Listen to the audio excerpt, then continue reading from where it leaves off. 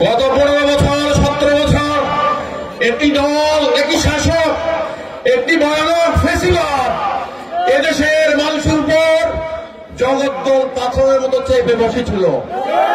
আমার শত সহস্র ভাই রক্ত দিয়েছে এই সরকারকে বিতরণের জন্য, এই আওয়ামী লীগ ফেসিবাদকে বিতরণের জন্য। ইন্ডিয়ার এজেন্ট, ইন্ডিয়ার একটা অঙ্গরাজ্যের মুখ্যমন্ত্রীকে এদেশ থেকে বিতাড়িত করার জন্য আমাদের শত সহস্র ভাইয়ের বুকে গুলি চালিয়েছে, পাখির মতো গুলি করে হত্যা করেছে। আমার ভাইয়ের রক্তে রাজপথ রঞ্জিত হয়েছে।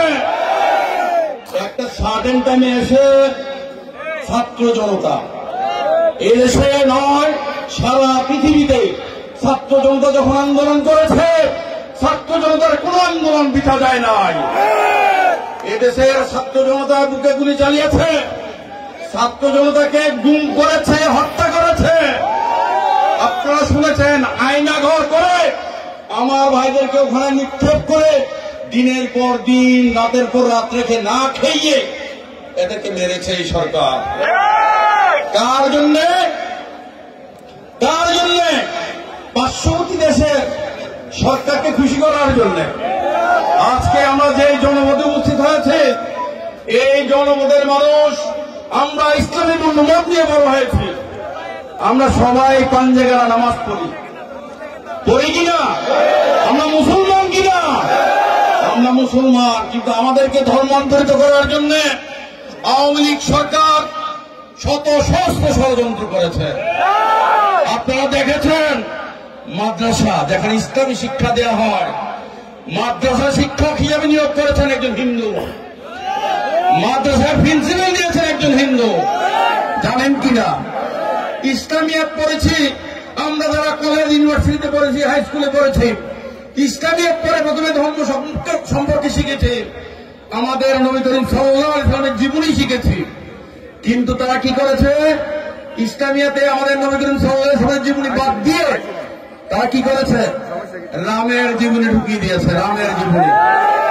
জানেন কিনা আপনারা? এই জন্যই বলে তারা ষড়যন্ত্র করেছে এদেশের ভূখণ্ডকে নিয়ে, এদেশের মানচিত্রকে নিয়ে তারা ষড়যন্ত্র করেছে। শহীদ রাষ্ট্রপতি জিয়াউর রহমান ঘোষণা দিয়ে যুদ্ধ করেছেন, এদেশের মানুষের সাথে প্রতারণা করেন নাই? করেছেন। 1971 সালের 26শে মার্চ এদেশের মানুষ যখন, এদেশের মানুষের বুকে যখন পাক সাগর বাহিনী গুলি করতে শুরু করলো, আমার ভাইদেরকে যখন অন্ধকার ও মনীষার রাতে গুলি করে মারতে শুরু করলো, আমরা অন্ধকার ও মনীষায় দিশাহারা, এদেশের মানুষ দিশাহারা। তখন যিনি স্বাধীনতার ঘোষণা দেওয়ার কথা ছিলেন, সাংবাদিকরা ওনার কাছে গেলেন, স্বাধীনতার ঘোষণা দেন। উনি বলে, তোরা আমাকে বিপর্যস্ত করতে চাস? কিছুক্ষণ পরে পিন্ডির যারা এদেশে শাসন করেছেন, রাওয়ালপিন্ডি, ইসলামাবাদের লোকজন যারা শাসন করেছেন, রাওয়ালপিন্ডি তুমি ফোন দিয়েছে, ফোন দিয়ে রিকোয়েস্ট করেছে, তোরা ক্যাম্পলে পাখানোর মানে আপনাকে এখনই মারবে, আপনি স্যার বাংকারের ভিতর ঢুকেন। কোথায়? বাংকারের ভিতর ঢুকার পরামর্শ দিলেন। আমার নেতা শহীদ রাষ্ট্রপতি জিয়াউর রহমান বললেন, আমি বাংকারে যাব না। উনি তখন ইংরেজিতে বলেছেন, if a bullet has my name written on it, I will die. কোন বুলেটে যদি আমার নাম লেখা থাকে আমি মৃত্যুবরণ করব। I never go inside the bunker. আমি কখনোই বাংকারের ভিতর যাব না। যদি এরকম একটু সাহসী নেতা এইভাবে নেতৃত্ব দিয়ে যুদ্ধ করে দেশকে স্বাধীন করেছেন। গত 17 বছর যারা ক্ষমতায় ছিলেন আমার নেতাকে ভিলেন বানানোর জন্য যত নেগেটিভ ইতিহাস তারা রচনা করেছেন, কিন্তু রচনা করেই তারা সাকসেস হয়েছেন। শহীদ রাষ্ট্রপতি জিয়াউর রহমানের নাম মুছে দিতে চেয়েছিলেন, সফল হন নাই। যুদ্ধ যখন চলে, শহীদ রাষ্ট্রপতি জিয়াউর রহমানের স্ত্রী দেশমাতা খালেদা জিয়া কোথায় ছিলেন? ক্যান্টনমেন্টে কারান্তরীণ ছিলেন। ওনাকে ক্যান্টনমেন্টের বাইরে রাখেন নাই।